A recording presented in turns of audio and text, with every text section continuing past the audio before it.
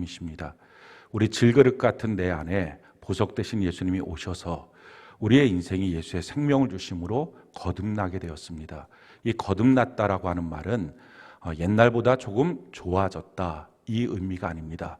완전히 새롭게 된 것, 이것이 거듭남입니다. 두 번째, 완전히 새롭게 태어나는 것, 이것이 바로 거듭남입니다. 우리가 새롭게 태어났기 때문에 전에 없었던 새로운 기관들이 생겼습니다. 그래서 예수님이 요한복음 3장에 보면 니고데모에게 너희가 거듭나지 않으면 하나님의 나라를 볼 수 없다라고 말씀합니다. 이 말은 다른 말로 바꾸면 너희가 거듭나면 하나님의 나라를 볼 수 있다라는 말입니다. 거듭나면 새로운 기관이 생깁니다. 눈이, 영적인 눈이 생겨서 그전에는 전혀 보지도 못하고 느끼지도 못하고 믿어지지도 않았던 천국이 보이고요. 그게 믿어져서 지금 우리의 삶을 천국을 위하여 투자할 수 있습니다. 그게 희생처럼 여겨지지도 않고 그게 자기에게 손해처럼 여겨지지도 않습니다. 보이니까요. 그게 거듭남이에요. 거듭나면 하나님의 나라가 지금 이 땅에도 현존하고 있다는 것을 보게 됩니다. 또 영적인 귀가 생겨서 전에는 그냥 설교 말씀 이렇게 들렸던 것이 하나님의 말씀으로 내게 들리기 시작합니다. 영적인 입이라고 하는 기관이 생겨서 전에는 그냥 성경은 글이고 설교는 말이었는데 이것이 우리에게 양식이 되어서 하나님의 말씀을 먹는다는 것을 알게 됩니다. 그래서 아무리 힘들고 어려워도 말씀을 먹고 나면 힘이 생기기 시작합니다. 그래서 이것이 내게 보석이구나. 보석 대신 예수님이 내 안에 오시니까 내 삶이 이렇게 보석의 가치로 변화되었구나. 이걸 느끼는 것입니다. 근데 반면 이 땅에 우리가 살면서 보석이 아닌데 보석인 줄 알고 붙잡고 살다가 나중에 가서 이게 보석이 아니었구나, 허망한 인생을 살게 되는 경우들도 많이 있습니다. 그래서 우리가 이 삶을 살아갈 때에 후회하지 않는 인생을 살기 위해서 꼭 필요한 것이 일단 분별입니다. 오늘 이 분별에 대한 말씀을 드리기를 원합니다. 오늘 이 말씀은 지난번 마태복음 강의의 28번째 시간이었던 마태복음 7장 1절부터 5절까지의 판단하지 말라, 이 말씀과의 대칭되는 말씀입니다. 판단하지 말라, 판단 금지. 예수 믿는 사람은 판단해서는 안 됩니다. 왜냐하면 판단은 오직 하나님만이 하실 수 있는 영역이기 때문에 그렇습니다. 선악과 먹은 죄가 선과 악을 내가 판단하려고 합니다. 근데 그거 하나님 앞에 반납하는 것입니다. 이게 예수 믿는 것입니다. 나를 부인하고 예수님이 주인이십니다. 할렐루야. 이 고백을 하는 것이 구원받은 삶입니다. 이렇게 자기 자신을 부인하고 내가 판단하지 않겠습니다. 하나님 판단하십시오 라고 드리는 것입니다. 이 판단은 자기 자신을 향해서 정죄하는 경우도 있고요, 남을 향해서는 비난하고 비방하고 수군수군하는 경우들이 있습니다. 근데 이런 모든 종류의 판단에 대해서 내가 하지 않겠다고 하는 것입니다. 다른 사람을 비판하면 주님이 말씀하십니다. 너가 그 비판 고스란히 너의 삶 속에 받을 거야. 너가 누군가를 비판하고 있다는 말 자체는 너 자체가 훨씬 더 큰 죄악, 비교한다면 그는 티끌만큼의 죄악이라면 너는 들보만큼의 죄악이 있는 사람만 누군가를 향해서 판단할 수 있어. 그러니까 판단의 마음이 나오는 사람 자체는 그 안에 그만큼의 죄성이 있기 때문에 가능하지, 그게 없는 사람은 판단이 안 된다라는 것입니다. 자, 그렇다면 이렇게 판단을 금지하는 것이 하나님의 명령이라면 그럼 우리는 어떻게 살까? 판단하지 못하고. 그러니까 항상 웃으면서 그냥 그렇게 세상 앞에서 굴욕적인 복종 속에, 굴종 속에 사는 것이 과연 우리의 삶입니까? 뭐 누가 뭐라 그래도 찍소리 못하고 그냥 선한 얼굴만 보이고 사는 것이 그리스도인의 삶일까? 그게 아닙니다. 분별해야 된다 하는 것입니다. 우리가 이 땅을 살아가는 동안 판단은 하지 않지만 분별하는 삶, 이것이 우리 주님이 우리에게 명령하시고 요구하시는 것입니다. 판단과 분별의 가장 큰 차이, 판단은 내가 중심이 돼서 선과 악을 보는 것입니다. 내가 갖고 있던 생각, 내가 갖고 있던 경험을 갖고서 저건 옳아, 저건 틀려 이렇게 말하는 것입니다. 또 그 사람의 외모만 보고서 저 사람은 이래, 내가 들은 것, 본 것, 이걸 갖고 판단하는 것, 이게 판단입니다. 근데 분별이라는 것은 내가 기준이 아니라 하나님의 말씀이 기준입니다. 할렐루야. 하나님의 말씀을 통해서 보는 것입니다. 그리고 그의 외모가 아니라 그의 중심을 보는 것입니다. 이게 바로 성경이 말하는 분별이고, 이 분별로 살라는 것입니다. 우리가 부르는 찬양 가운데 이런 찬양이 있어요. 뜻없이 무릎 꿇은 그 복종 아니요, 운명에 맡겨 사는 그 생활 아니라.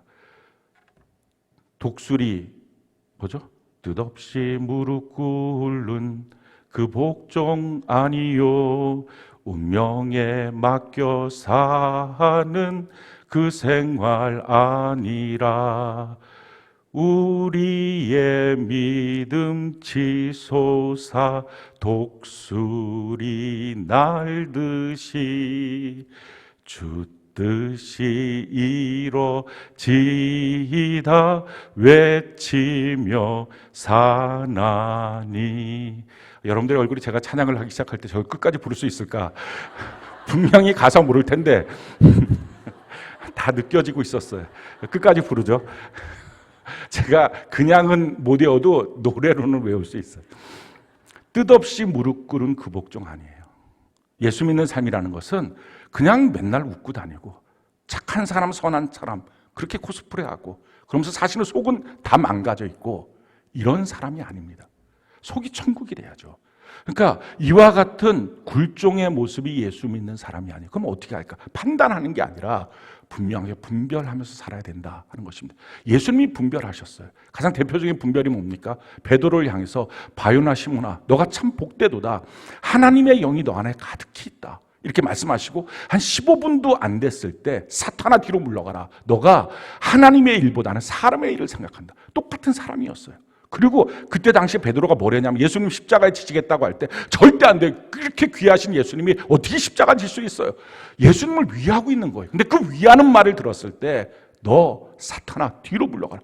그 중심을 보는 것입니다. 이 사람이 나랑 친한가 안 친한가? 이 사람이 나한테 유익이 되느냐 안 되느냐? 이 사람이 지금 나와 어떤 관계에 있느냐? 이게 중요한 게 아니라 그 사람의 중심에 지금 뭐가 있는지 그걸 보는 거. 하나님의 말씀으로 그 상태를 분별하는, 이게 바로 분별이에요. 이렇게 분별하면서 사는 것입니다. 예수님이 헤롯을 향해서 이 여우야 이렇게도 말씀하셨어요. 바리새인 서기관들 향해서는 이 회칠한 무덤아, 그리고 나서 이 독사의 자식들아 이렇게도 말씀하셨어요. 근데 반대로 세리들, 창녀들, 병자들 또 온갖 그 심지어 귀신 들린 사람들조차도 나는 너의 친구야 이렇게 말씀하셨어요. 근데 바리새인들을 향해서는 이 미워하고 그들을 싫어했어요. 그러니까 왜냐하면 그 겉모습은 전혀 다르겠지만 그 속을 보니까, 그 중심을 보니까, 그 안에 뭐가 있는지를 보니까 분별이 되니까 이렇게 반응이 나타났다는 것입니다. 기독교인들은 모든 걸 다 사랑하고 사나요? 그렇지 않아요. 우리가 정확하게 알아야 돼요.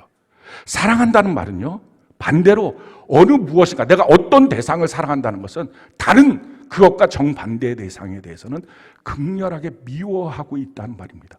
내가 사랑하는데 미워하는 게 없어요? 사랑하는 게 아니에요. 추상적인 철학이에요. 성경이 우리에게 이렇게 말씀합니다. 시편 97편 10절 우리가 한번 한 목소리 읽어볼까요? 시작. 여호와를 사랑하는 너희여 악을 미워하라. 우리가 하나님을 정말 사랑한다면 악을 미워해야죠. 하나님을 사랑한다고 하면서 악도 용납하고 사나요? 그래도 괜찮다고 말하나요? 그건 사랑이 아니에요. 내가 하나님을 향해서 복종합니다. 그러면 내가 누군가를 향해서 복종한다면 누군가를 향해서는 대적하는 것, 이게 진짜 복종입니다. 성경이 우리에게 이렇게 말합니다. 야고보서 4장 7절 우리 같이 한번 목소리 읽어볼까요? 시작. 그런즉 너희는 하나님께 복종할지어다 마귀를 대적하라. 그리하면 너희를 피하리라. 그렇습니다. 하나님께 복종한다는 것은 마귀를 대적하는 거예요. 마귀까지 포함해서 내가 사랑하고 마귀까지 포함해서 내가 함께 있어야지. 그럴 수 없습니다. 여러분, 하나님의 사랑을 우리가 십자가 사랑이라고 말합니다. 십자가 사랑이라는 것은 값이 지불된 사랑이라는 거예요. 값싼 감상주의가 아닌 거예요. 기독교 사랑은. 이게 지금 무슨 말이냐면은 십자가를 지불하고 얻어진 사랑이라는 것입니다. 왜 십자가가 지불됐을까요? 하나님께서 그 십자가를 지불할 때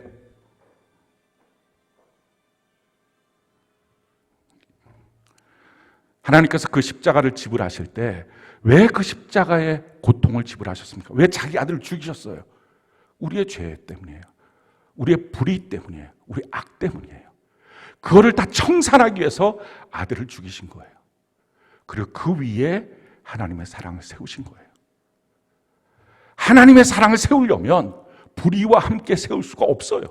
하나님의 사랑을 세우려면 악과 죄와 함께 세울 수 없어요. 그러니까 그 불의와 악과 죄악을 제거하는 값을 지불하고 나셔야 하나님의 사랑이라고 하는 게 세워지는 거예요. 그래서 사랑은 진리와 함께 기뻐하는 것입니다. 그러니 값싼 감상주의처럼 그냥 다 사랑해. 너가 뭘 하든지 난 다 사랑해. 너 어떻게 하든지 난 다 사랑해. 부모가 자녀를 사랑할 때 그렇게 사랑하나요? 그렇게 안 해요. 자기 자녀니까 정말 다 끌어 안아줘요. 그러니까 진짜 자녀니까 그 다음에 어떻게 해요? 자녀니까 못 봐줘요. 길거리에서 담배 피우고 있는 청소년들 다 있어도 무심코 지나갈 수 있어도 내 자녀가 거기서 담배 피우고 있다면 너 이 자식 일로 와. 왜? 내 자녀니까 못 봐주는 거예요. 불의와 죄와 악 그 위에 사랑을 세워줄 수가 없으니까. 이게 하나님의 사랑이에요. 이게 십자가 사랑이에요. 사랑하는 성도 여러분, 우리가 무엇인가를 사랑한다고 할 때, 무엇인가를 복종한다고 할 때 분별 없는 사랑처럼 맹목적인 게 어디 있습니까? 그냥 다 사랑합니까? 다 좋다고 말할 수 있겠어요? 다 괜찮다고 말할 수 있겠어요? 그럼 굴종이 기독교인이 아니에요. 하나님의 말씀이 우리에게 뭐라고 말씀합니까? 너 판단하지 마 라고 말하고, 오늘 하나님 그 대칭적으로 우리에게 주시는 말씀, 판단하지 않지만 이건 너가 해야 돼 라고 하시는 말씀이에요. 자, 오늘 6절 말씀 우리 다시 한번 같이 한번 읽어볼까요? 같이 한 목소리 시작. 거룩한 것을 개에게 주지 말며 너희 진주를 돼지 앞에 던지지 말라. 그들이 그것을 발로 밟고 돌이켜 너희를 찢어 상하게 할까 염려하라. 여기서 말합니다. 개, 돼지.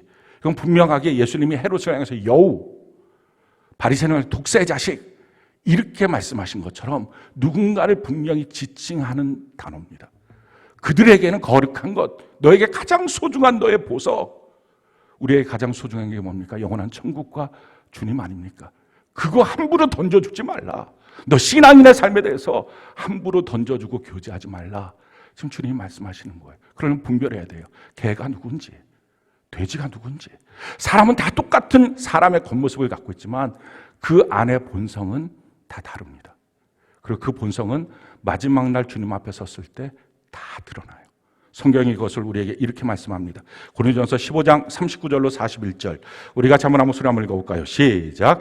육체는 다 같은 육체가 아니니 하나는 사람의 육체요, 하나는 짐승의 육체요, 하나는 새의 육체요, 하나는 물고기의 육체라. 하늘에 속한 형체도 있고 땅에 속한 형체도 있으나 하늘에 속한 것의 영광이 따로 있고 땅에 속한 것의 영광이 따로 있으니 해의 영광이 다르고 달의 영광이 다르며 별의 영광도 다른데 별과 별의 영광이 다르도다. 사람들은 다 똑같은 사람처럼 보이지만 그 안에 사람이 있는 사람이 있고요, 그 안에 짐승이 있는 사람이 있어요.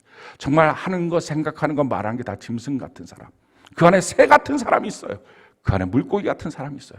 해의 영광을 갖고 있는 사람이 있고요, 달의 영광을 갖고 있고 별의 영광을 갖고 있는 사람이 있어요. 마지막 날 그게 다 드러난다는 것입니다. 오늘 성경에 뭐라고 말해요? 너 개, 돼지 이런 사람하고는 교제권을 맺지 마라 하는 것입니다. 아마 여러분들 가운데는 이런 개와 돼지 같은 사람은 없을 것입니다. 근데 혹시라도 말씀으로 내 자신이 분별될 때 그런 성향이 조금이라도 여겨진다면 오늘 빨리 돌이켜 회개하는 것입니다. 회개하면 하나님은 새롭게 하십니다. 자, 그러면 개와 돼지 같은 본성의 사람은 어떤 사람입니까? 성경이 우리에게 이렇게 말합니다. 베드로후서 2장 12절 22절 우리 같이 한번 한 목소리 한번 읽어볼까요? 시작. 그러나 이 사람들은 본래 잡혀 죽기 위하여 난 이성 없는 짐승 같아서 그 알지 못하는 것을 비방하고 그들의 멸망 가운데서 멸망을 당하며 참된 속담에 이르기를 개가 그 토하였던 것에 도로 들어가고 돼지가 씻었다가 더러운 구덩이에 도로 누웠다 하는 말이 그들에게 응하였도다. 자, 여기서 뭐라고 말합니까? 죽기 위하여 난 이성 없는 짐승 같아서. 그게 개예요. 그냥 개는 이성이 없어요. 영혼도 없고요. 그냥 죽기 위하여 살다가 죽임을 당하는 것입니다. 근데 그런 종류의 사람이 있다는 거예요. 그런 종류의 사람의 특징이 뭡니까? 그 알지 못하는 것을 비방하고. 알지 못하는 것이 생기면 어떻게 될까요? 정상적이라면 알아봐야죠. 그게 정상이에요. 내가 이거 모르는 일이야. 내가 한번 경험을 못했던 일이야. 이 얘기는 내가 처음 듣는 얘기야. 그럼 어떻게 됩니까? 알아봐야죠. 더 깊이 알아봐서 제대로 알아봐야죠. 한쪽만이 아니라 여러 쪽을 들으면서 알아봐야죠. 그렇게 알아보는 것, 이것이 제대로 된 이성 있는 사람입니다. 근데 개의 본성은 뭐라고요? 알지 못하면 그냥 어디서 듣고 뭐 말하면 그냥 같이 따라서 비방하는 사람. 이 도회지에서는 이런 경향이 없는데요, 시골에 가면 딱 나타나요. 시골에 달이 밝은 그 밤중에 개 한 마리가 짓잖아요. 멍멍. 그러면 좀 있다가 동네 개 다 짓어. 그냥 막 여기도 멍멍 저기도 멍멍. 근데 문제는 이 개가 왜 짓고 있는지도 모르면서 따라 짓는 거예요. 이게 개의 본성이에요. 알지도 못하는 것이 오면 덩달아 비방하는 사람들. 너희 개에게 거룩한 것 주지 마라. 돼지가 있어요. 이 돼지는요, 도로 더러운데 씻겨놔도 또 더러운데 씻겨놔도 또 더러운데 자꾸 더러워지는 사람. 그래서 자기만 더러운 게 아니라 남도 더럽히는 사람. 이게 돼지의 본성이에요. 성경이 이것을 우리에게 이렇게 말합니다. 히브리서 12장 15절 우리 같이 한번 목소리 한번 읽어볼까요? 시작. 너희는 하나님의 은혜에 이르지 못하는 자가 없도록 하고 또 쓴뿌리가 나서 괴롭게 하여 많은 사람이 이로 말미암아 더럽게 되지 않게 하며. 뭐 맨날 상처투성이라고 말하고 사실은 상처도 별로 없으면서 그냥 그걸 증폭시키고, 그래서 뭐라고만 말하면 삐뚤삐뚤 말하고, 뭐라고 말하면 난 싫다고 말하고, 그래서 자기만이 아니라 다른 사람도 신앙생활을 더럽히는 사람. 그게 돼지예요. 그에게는 진주 주지 말라. 너의 보석을 그에게 주지 말라. 분별하며 인생을 살라 하는 것입니다. 아마 여러분들 가운데 이와 같은 개나 돼지와 같은 본성의 사람은 없을 것입니다. 근데 혹시라도 하나님의 말씀의 거울에 비춰봤을 때 내 안에 그게 있다면 오늘 돌이켜 회개해야 됩니다. 그래서 자기 자신과 우리 주변에 대해서 분별이 시작돼야 돼요. 판단하지 않고요, 분별해야만, 사랑도 분별해야만 하나님의 진리 위에 사랑을 할 수 있습니다. 섬김도 분별이 돼야만 하나님의 뜻을 따라서 제대로 섬길 수 있습니다. 가장 먼저 분별할 대상이 뭘까요? 우리 자신이에요. 내 자신을 분별하는 것. 성경은 말합니다. 누구든지 예수를 믿으면 구원을 받아요. 근데 우리가 오해하지 말아야 될 것은요, 그래서 아무나 천국 가는 것은 아니에요. 누구든지 예수를 믿으면 구원을 받습니다. 그렇게 구원을 받고 난 다음에 천국에 가기 위해서는 천국 사람처럼 이 땅에 사는 동안 변화돼야 돼요. 예수 믿는 능력은 우리 자신을 변화시킬 수 있어요. 할렐루야. 옆에 누구만 있어도 자기 삶에 제한받지 않습니까? 자기가 마음대로 못하잖아요. 하고 싶은 말도 마음대로 못하고. 근데 주님이 내 앞에, 지금 내 안에 계신다면 당연히 삶의 스타일과 모습과 말이 바뀌어지게 돼 있죠. 그러니까 주님이 내 안에 계신다는 것, 내가 구원받았다는 것은 정말 누구든지예요. 우리의 삶은 어떤 자격과 조건이 있어서 구원받은 거 아니에요. 믿음으로 구원받았어요. 그렇지만 우리의 인격도 우리의 말도 우리의 생각도 천국에 합당하도록 변화되지 않으면 아무나 천국 갈 수는 없어요. 성경이 이것을 우리에게 이렇게 말씀합니다. 마태복음 22장 10절로 14절 우리 같이 한번 목소리 읽어볼까요? 시작. 종들이 길에 나가 악한 자나 선한 자나 만나는 대로 모두 데려오니 혼인 잔치에 손님들이 가득한지라. 임금이 손님들을 보러 들어올새 거기서 예복을 입지 않은 한 사람을 보고 이르되 친구여 어찌하여 예복을 입지 않고 여기 들어왔느냐 하니 그가 아무 말도 못하거늘 임금이 사람들에게 말하되 그 손발을 묶어 바깥 어두운 데 내던지라. 거기서 슬피 울며 이를 갈게 되리라 하니라. 청함을 받은 자는 많되 택함을 입은 자는 적으니라. 정말 이 말씀 그대로 우리는 길거리에서 하나님의 은혜 가운데 악한 자든지 선한 자든지, 내가 악한 마음이 있던 사람인지 악한 습관이 있던 사람인지 아니면 선한 습관이 있던 사람인지 상관없이 주님이 우리를 불러주셨어요. 주의 몸된 교회 지체로 만들어주셨어요. 이게 너무 놀라운 하나님의 은혜입니다. 근데 그 은혜를 받고 난 다음에 뭘 준비해야 된다고요? 예복을 준비해야 된다는 거예요. 요한계시록 보면 이 예복은 우리의 착한 행실이라고 말합니다. 내 삶이 바뀌어지지 않으면, 그러니까 교회 생활은 뭐 하는 거예요? 나의 말과 생각과 귀와 입과 나의 삶의 모습들이 바뀌어지는 과정이 교회 생활이에요. 그냥 종교의식만 참여하지 말고 왔다 갔다 왔다 갔다. 나는 예수 믿고 구원받았어요. 근데 주님이 말하는 거예요. 또 예복은 없어. 그럼 바깥 어두운 데 있을 거야. 그래서 우리 자신을 분별해야 됩니다. 즉 나의 하는 말이나 나의 하는 일이나 나의 하고 있는 생각이나 내가 하고 있는 행동이, 나의 결정이 천국에 가까워지고 있는지 천국과 멀어지고 있는지. 지금 여러분들이 예수를 믿고 구원을 받았다고 해도 우리의 삶이 천국과 멀어진다면 바깥 어두운데 던져버림을 받을 수 있다는 것입니다. 우리가 아무개나 되면 안 돼요. 그러니까 누구든지 예수를 믿으면 구원을 받아요. 근데 아무나는 천국 못 들어가잖아요. 그러니까 주님이 봤을 때 우리가 아무나 같은 존재, 그냥 아무개, 같은 존재가 되면 안 됩니다. 이름도 없는 존재, 그건 아닌 거예요. 성경에 보면 참 비극적인 인물이 있어요. 분명히 그 사람의 이름이 있었을 텐데 성경이 말해 그 아무개야 라고 말하는 사람이 있어요. 그게 룻기서 말씀이에요. 룻기서 4장 1절 6절 우리 같이 한번 한 목소리 한번 읽어볼까요? 룻기서 4장 1절 6절 같이 한 목소리 시작. 보아스가 성문으로 올라가서 거기 앉아 있더니 마침 보아스가 말하던 기업 물을 자가 지나가는지라 보아스가 그에게 이르되 아무개여 이리로 와서 앉으라 하니 그가 와서 앉음에 그 기업 물을 자가 이르되 나는 내 기업에 손해가 있을까 하여 나를 위하여 물으지 못하노니 내가 물을 것을 내가 물으라 나는 물으지 못하겠노라 하는지라. 지금 이 내용에 대해서 아마 여러분들이 룻기서의 말씀을 통해서 잘 아실 것입니다. 예수님의 계보가 이어지는 데에 룻이라고 하는 여인이 등장하고 그 룻과 결혼할 사람이 지금 세워지는 일입니다. 근데 그 가운데 보아스보다 먼저 그 기회를 얻을 수 있는 사람 조건이 있었어요. 근데 그 사람한테 물어보는 거예요. 와서 당신이 기업을 물어주세요. 그랬더니 이 사람이 하는 말이 내 기업에 손해가 날까 해서 나는 안 합니다. 자기 인생을 이익과 손해의 관점으로 이 세상만 바라보고 그렇게 살아가는 인생, 그거는 예수를 믿고 구원받았다고는 하나 이름이 없는 아무개예요. 아무나는 천국 못 가요. 과연 내 이름을 하나님이 기억하실까? 여러분들 교회 생활하면서 과연 여러분들의 이름이 하나님께 기억이 될 수 있을까요? 성경이 이것을 우리에게 이렇게 말합니다. 마태복음 3장 13절로 16절 우리 같이 한번 한 목소리 읽어볼까요? 시작. 여호와가 말라기 3장 13절로 16절 같이 한 목소리 시작. 여호와가 이르노라 너희가 완악한 말로 나를 대적하고도 이르기를 우리가 무슨 말로 주를 대적하였나이까 하는도다. 이는 너희가 말하기를 하나님을 섬기는 것이 헛되니 만군의 여호와 앞에서 그 명령을 지키며 슬프게 행하는 것이 무엇이 유익하리요. 지금 우리는 교만한 자가 복되다 하며 악을 행하는 자가 번성하며 하나님을 시험하는 자가 화를 면한다 하노라 함이라. 그때 여호와를 경외하는 자들이 피차에 말하며 여호와께서 그것을 분명히 들으시고 여호와를 경외하는 자와 그 이름을 존중히 여기는 자를 위하여 여호와 앞에 있는 기념책에 기록하셨느니라. 사람들이 이렇게 말하고 있다는 거예요. 하나님을 향해서 대적하는 말을 합니다. 그 내용이 뭐냐면은 하나님을 섬기는 것 이게 다 헛되다. 봉사고 섬기는 것, 예물 드리는 것 다 헛되다. 주일날 시간 다 내놓고 하나님께 나서 예배 드리는 것 이거 다 헛되다. 아니 그렇게 하지 않는 사람들이 얼마나 더 잘 되는 걸 보냐.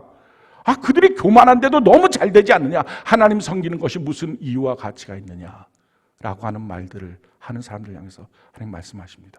내가 분명히 들었고 그리고 기념책에 써서 여호와를 경외하는 자들의 이름을 내가 기억할 것이다. 헛수고 같으십니까? 세상에서 돈 벌고 뛰어다니는 것이 훨씬 더 값진 일인 것처럼 보입니까? 천국을 잃어버린 삶. 우리의 삶 속에 천국을 잃어버리면 우리는 아무것도 아닌 거예요. 분별해 보셔야 돼요. 과연 나는 어디에 가치를 두고 살아가고 있는지. 그래서 나는 과연 천국을 향하여 지금 걸어가고 있는지 아닌지 분별해야 합니다. 우리가 또한 교제권을 맺을 때도 분별해야 합니다. 잠언서 1장에 보면 이익만을 탐하는 자들하고는 교제하지 말라라고 말합니다. 맨 생각이 돈 버는 것 이것만 꽉 차 있는 사람 거기 교제하지 마라. 잠언 22장에 보면 울분을 토하는 사람하고는 교제하지 말라.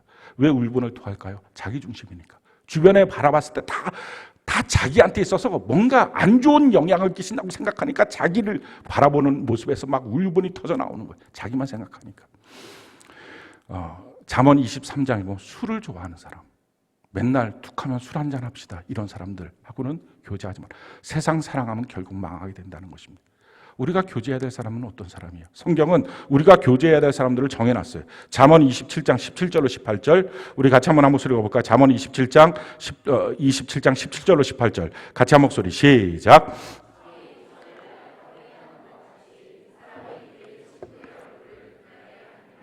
무화과 나무를 지키는 자는 그 과실을 먹고 자기 주인에게 시중 두는 자는 영화를 얻느니라. 서로 간의 얼굴을 빛나게 해줄 수 있는 사람. 부부 간에 어떻게 해야 돼요? 서로를 빛나게 해줘야 돼요. 부모와 자녀와의 관계가 어떻게 돼야 돼요? 서로를 빛나게 해주는 거예요. 세론들끼리 만나면 어떻게 됩니까? 서로가 서로를 빛나게 만들어줘야 돼요.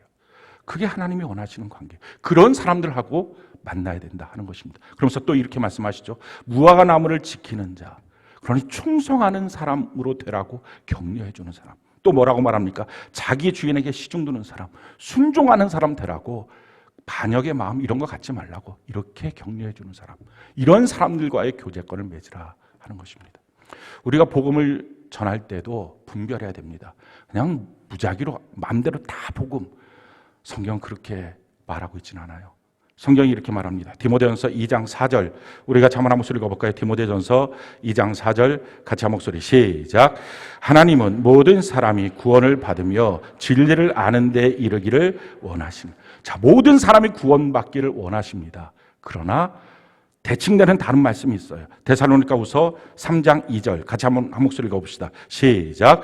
또한 우리를 부당하고 악한 사람들에게서 건지시옵소서 하라. 믿음은 모든 사람의 것이 아니라. 우리가 모든 사람이 다 구원받기를 원해요. 모든 사람한테 증거하고 모든 사람이 다 우리 교회 오고 모든 사람이 예수 믿었으면 좋겠어요. 근데 성경은 말해요. 믿음은 모든 사람의 것이 아니다. 그중에 선택받은 사람들이 있다 하는 것입니다. 그래서 전도하는 것은요, 교회를 세일즈하는 게 아닌 거예요. 한 번만 좀 나아줘. 한 번만. 그거 아니에요. 복음 정확하게 전달하고 예수 믿다를 이웃 증거하고 내 삶을 보라고 증거하고, 그래서 한 영혼 한 영혼을 천국 갈 수 있는 영혼으로 만드는 것입니다. 교회 오게 하는 것이 목적이 아니라 교회에 와서 변화돼서 천국 갈 수 있도록 우리의 최종적인 목적인 천국을 보여주고 교회 생활이 무엇인지를 정확하게 가르쳐주는 것입니다. 그게 안 되니까 오늘날 많은 사람들이 교회 생활이 뭔지를 모르는 거예요. 내가 하고 싶은 대로 하는 게 교회 생활인 줄 알아요. 하나님의 말씀 앞에서 내가 조금씩 바뀌어지고 변화되는 것, 이게 교회 생활의 핵심입니다. 왜 바뀌어져야 돼요? 누구를 위해서? 영원한 천국에 들어가도록. 지금 우리가 천국에 적응이 되겠습니까? 저나 여러분들이랑 비슷합니다. 그러니까 이게 천국에 적응이 안 되면 천국이 아마 지옥 같을 겁니다. 우리가 다 같이 천국을 갔다고 합시다. 다 같이 천국을 갔는데 그냥 절대로 눈 뜨고 볼 수 없는 미운 사람이 있다고 한번 해봅시다. 그럼 그게 천국이에요. 아침에 눈 뜰 때마다 그 사람이 보여. 그럼 막 거기서 기도하고 통곡하고 하나님 이럴 수 있냐고. 이게 세상이지 이게 무슨 천국입니까? 그러니까 우리 마음이 이게 다 바뀌어져야 돼요. 우리의 관계도 다 바뀌어져야 합니다. 성경 그래서 이것을 우리에게 이렇게 표현하고 있어요. 누가복음 10장 10절로 12절 우리 같이 한번 목소리 한번 읽어볼까요? 시작. 어느 동네에 들어가든지 너희를 영접하지 아니하거든 그 거리로 나와서 말하되 너희 동네에서 우리 발에 묻은 먼지도 너희에게 떨어 버리노라. 그러나 하나님의 나라가 가까이 온 줄을 알라 하라. 내가 너희에게 말하노니 그날의 소돔이 그 동네보다 견디기 쉬우라. 우리가 복음을 증거합니다. 근데 영접하지 않아요. 그럼 영접하지 않으면 또 찾아가고 또 찾아가고. 몇 번은 그렇게 기도하면서 할 수는 있어요. 근데 그냥 거기 아니면 안 될 것처럼 하지 마시라는 거예요. 신발에는 먼지까지 딱 털어놓고 나와 너랑은 상관없다. 근데 하나님의 나라는 임할 것이고 그때 바로 이곳이 소돔보다 더 고통스러운 땅이 될 것이다. 선포해야 될 것을 정확하게 선포해야 된다는 것입니다. 실질적으로 복음 증거자들은 그렇게 살았습니다. 성경이 이렇게 말하죠. 사도행전 13장 45절부터 46절, 51절, 52절 우리 같이 한번 한 목소리 읽어볼까요? 시작.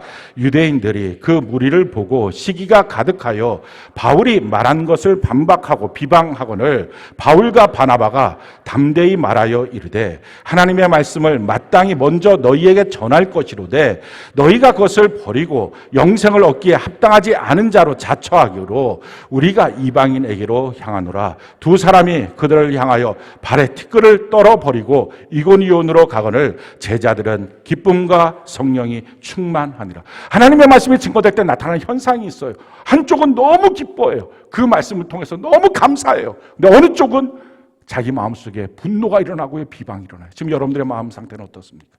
하나님의 말씀을 들을 때, 지금까지 살아오면서 하나님의 말씀을 들을 때 내 마음속에 기쁨과 감사가 일어났나요? 아니면 내 마음속에 막 힘들고 괴롭고 무슨 저주 같은 설교를 하시냐? 막 이렇게 분노가 나오고 이런 모습입니까? 어떤 모습입니까? 왜냐하면 하나님의 말씀은 항상 양면이 그대로 증거돼서 그래요. 성경이 이렇게 우리에게 말합니다. 마가복음 16장 16절 우리가 자문한 목소리 읽어볼까요? 시작.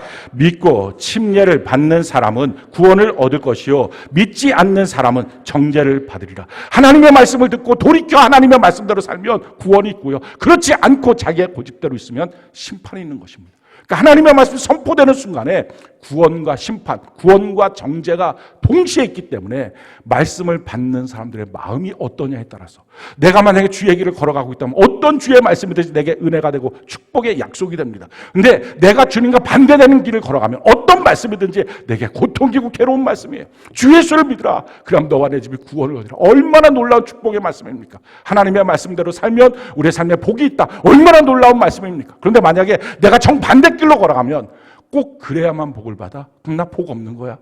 이상하죠? 사람의 마음이 꼬여 있어요. 왜요? 이미 정죄의 심판이 그에게 있는 것입니다. 그래서 내 마음이 항상 하나님의 말씀을 받을 때 기쁨으로 온전함으로 받고 있는지 우리의 마음이 분별돼야 되고요, 하나님의 말씀 우리가 증거할 때도 마찬가지입니다. 근데 그렇게 하다 보니 사람들이 싫어하는 사람들이 생길 거 아니에요. 이 말을 하면 저 사람이 상처받을까 봐, 이 말을 하면 저 사람이 마음이 힘들어질까 봐. 그래서 말씀을 대충 뒤섞어 놓습니다. 누구나 들어도 괜찮은 말씀. 근데요, 그건 아무것도 못하는 말씀이고 하나님의 말씀을 더럽혀 놓은 말씀입니다. 성경이 우리에게 이렇게 말합니다. 고린도서 2장 15절로 17절 우리가 자만한 목소리 읽어볼까요? 시작. 우리는 구원받는 자들에게나 망하는 자들에게나 하나님 앞에서 그리스도의 향기니 이 사람에게는 사망으로부터 사망에 이르는 냄새요 저 사람에게는 생명으로부터 생명에 이르는 냄새라. 누가 이 일을 감당하리요? 우리는 수많은 사람들처럼 하나님의 말씀을 혼잡하게 하지 아니하고 곧 순전함으로 하나님께 받은 것 같이 하나님 앞에서와 그리스도 안에서 말한 하나님의 말씀을 그대로 증거해서 살 자는 사는 걸로, 죽을 자는 죽는 걸로 그렇게 전도하셔야 되고요, 하나님의 말씀을 여러분들이 받을 때 내가 항상 죽는 자가 아니라 사는 자로 살겠습니다. 할렐루야. 그렇게 자기 자신을 분별하면서 내가 지금 어떻게 살고 있는지를 살펴보는 것입니다. 하나님의 말씀을 제대로 받은 우리들은 이 땅을 어떻게 살아야 될까요? 성경은 우리의 모습이 빛이라고 말합니다. 소금이라고 말해요. 이 말은 다른 말로 말하면 우리의 삶 자체가 이 세상 사람들의 눈에 봤을 때는 책망으로 보인다는 거예요. 말 한마디 안 해도 우리의 모습 자체가 나랑 너무 다르니까, 나랑 생각하는 가치관이 너무 다르니까, 나랑 가는 길이 너무 다르니까 저렇게 살아야 되는 거야? 도전받고 힘들어질지언정 그렇게 그것이 책망으로 보여질 때부터 세상 사람들이 어둠 속에 있다가 살아나기 시작한다는 거예요. 성경이 우리에게 이렇게 말합니다. 에베소 5장 13절로 14절 우리가 자만한 목소리 읽어볼까요? 시작. 그러나 책망을 받는 모든 것은 빛으로 말미암아 드러나나니 드러나는 것마다 빛이니라. 그러므로 이르시기를 잠자는 자여 깨어서 죽은 자들 가운데서 일어나라. 그리스도께서 너에게 비추이시리라 하셨네. 우리의 삶이 이것도 아니고 저것도 아닌 삶이니까 분별이 안 되니까 천국을 향하여 가야 되는데 말은 천국인데 삶은 이 땅만을 바라보고 사니까 우리 주변에 있는 사람들이 봤을 때 너나 나나 비슷해. 도저히 자극도 안 되고 도전도 안 받아. 빛이 아니고 소금도 아닌 모습. 우리의 모습 자체는 이 땅을 향한 책망이어야 되거든요. 그럼 노아의 인생이 뭡니까? 히브리서 11장에 보면 노아의 삶 자체가 방주를 짓고 있는 모습이 그 당시에 있었던 모든 사람들에게 책망이었다는 것입니다. 저렇게 준비해야 되는 것 아니야? 저렇게 준비해야 되는 것 아니야? 우리가 천국을 준비하는 사람으로, 우리가 그리스도의 사랑을 받은 사람으로, 진리와 함께 기뻐하는 그 사랑 가운데 서 있는 사람으로 분별이 되어서 하나님의 말씀을 그대로 받아서 그 말씀이 우리의 삶이 돼서 살아가는 모습,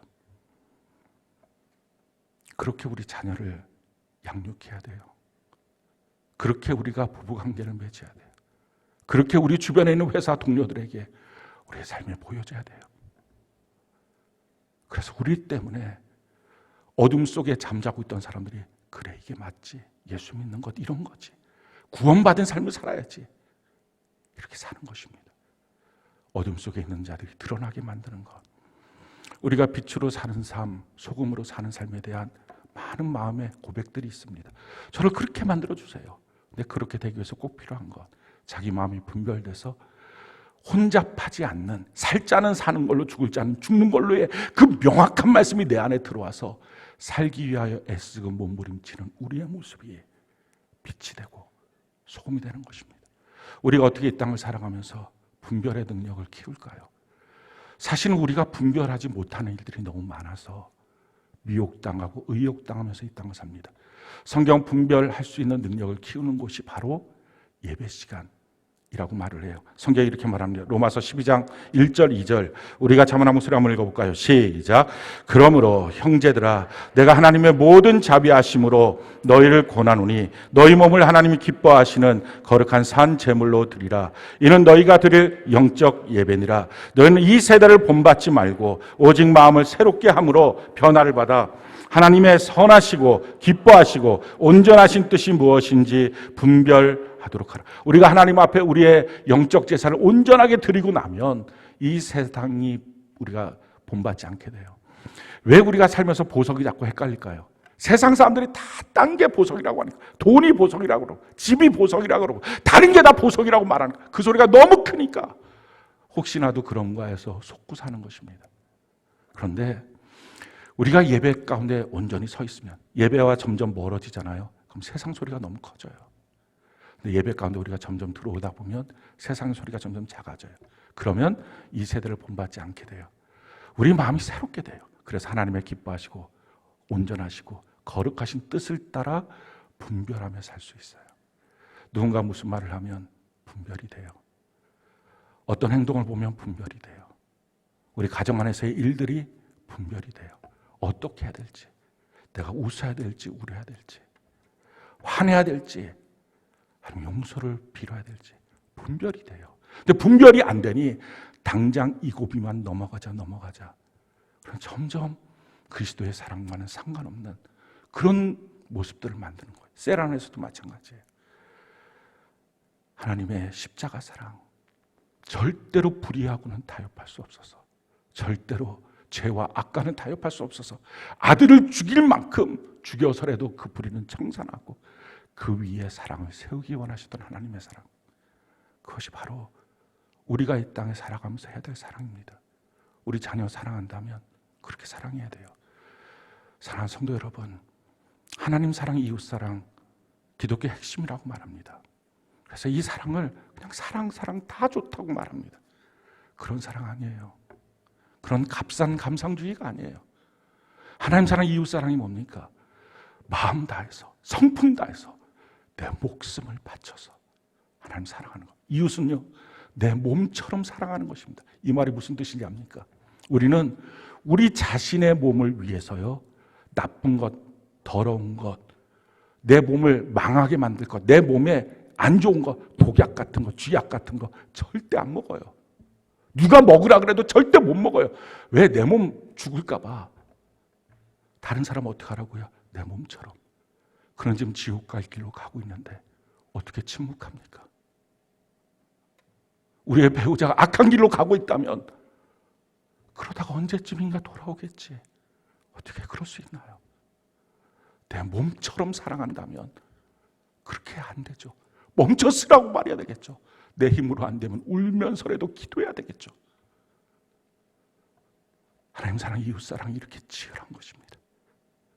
사랑하는 성도 여러분, 분별이 되기 시작하면요, 남들이 웃는 자리에서 울기 시작해요. 남들이 우는 자리에서 웃기 시작해요. 하나님의 영광을 보면서. 세상 사람과 절대로 같이 갈 수 없어요.